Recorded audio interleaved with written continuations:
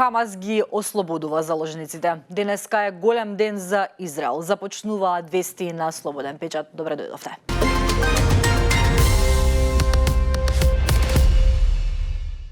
Историски момент за Израел. Неколку минути по 8 часот наутро денеска започна ослободувањето на израелските заложници во Газа.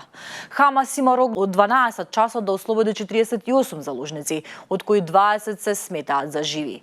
Ројтерс објави дека 20 од 20 израелски заложници се во критична состојба.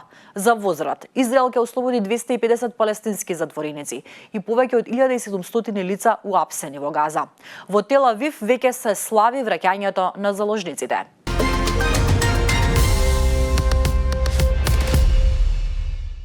Војната во појасот Газа заврши, изјави председателот на САД Доналд Трамп пред да замине во посета на Израел и на Египет, каде што денеска ќе се одржи самит за постигнување мир во палестинската енклава. Трамп додаде дека посетата ќе биде многу специјален момент.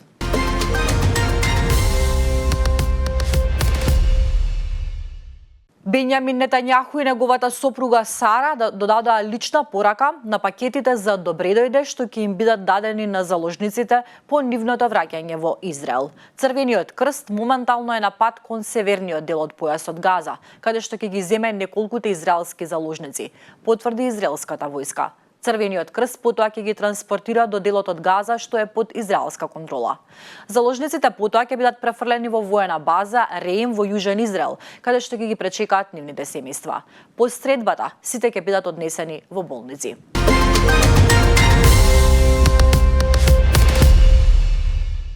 Продолжуваме со домашните вести. Пациент без државјанство живее во болницата во Бардовци. Нема каде да оди. Дополнително е во долгови. 3000 евра изнесуваат вкупните трошоци за 6-месечното лекување за 56 годишен пациент во болницата во Бардовци, кој иако е роден во Македонија, сепак нема македонско државјанство, а со тоа ниту здравствено осигурување, објави ТВ24. Од болницата велат дека социјален работник уште во март годинава почнал процедура за регулирање на личните документи на човекот, со цел да му се обезбеди здравствено осигурување. Пациентот пред приемот во болницата живеел како бездомник 20 години наназад. Од 6 август годинава, но човекот му бил одобрен едногодишен привремен престој во Македонија. Полицијата работи и на изработка на лична карта за странец.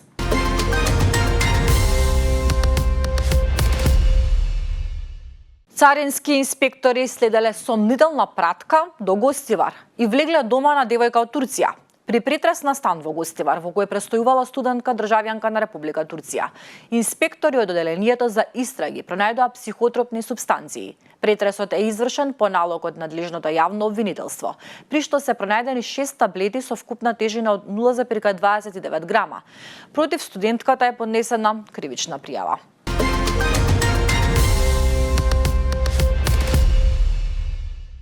Кампањата за локалните избори влегува во последната недела. Политичките партии продолжуваат со представување на програмите. ВМРО ДПМН и коалицијата ќе ги презентираат своите кандидати во општините Росоман, Градско, Лозово и Велес. Од друга страна, СДСМ најави активности во Богданци, Зрновци, Чешиново, Облешево, Виница и Кочани. Представници на левица денеска ќе се сретнат со граѓани во Кочани и Штип, каде што ќе ги промовираат своите кандидати за градоначалници и советници. Кампањата официјално завршува на 17 октомври на полноќ, пошто следува изборниот молк пред гласањето на 19 октомври.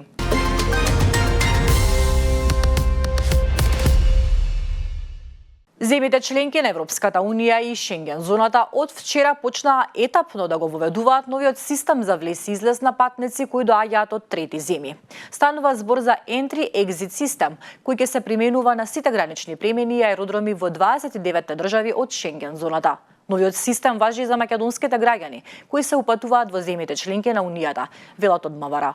Новиот систем треба да биде целосно оперативен од април идната година. До тогаш секоја земја членка на Унијата етапно ќе мора да го применува. Македонските патници кои денеска се упатуваа кон Грција слушнале дека има нови правила за влез.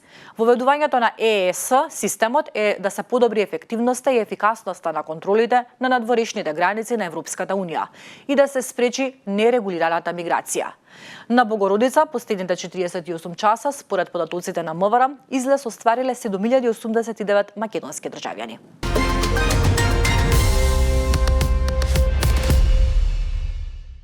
Ревизорите и во најновиот извештај за работењето на пошта на Северна Македонија со бројни забелешки, почнувајќи од недостигот на докази за побарувањата од земјата и од странство, па до пописот на залихите за кои воопшто не гарантираат, бил направен пред да бидат ангажирани.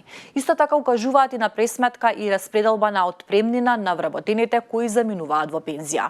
Она што особено изненадува во финансискиот извештај на независниот ревизор за работење на поранешни македонски пошти е драстичниот раст на вработени, поточно на хонорарци ангажирани изминатата година.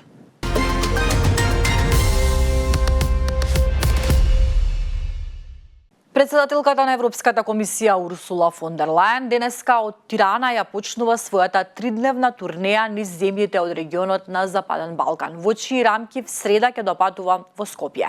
Како што информира Европската комисија за време на престојот во Скопје, фон дер Лајен в среда попладне ќе се сретне со македонската председателка Гордана Силјановска-Давкова, со премиерот Христијан Мицкоски и со председателот на собранието Африм Гаши.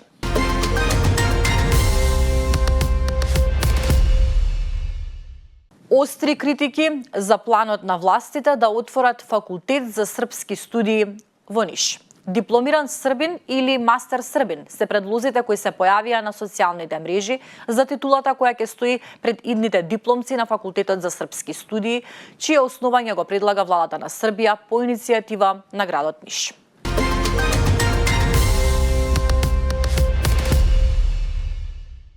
Данската влада објави воведување закон со кој ќе им се забрани на децата под 15 години пристап до социјалните мрежи.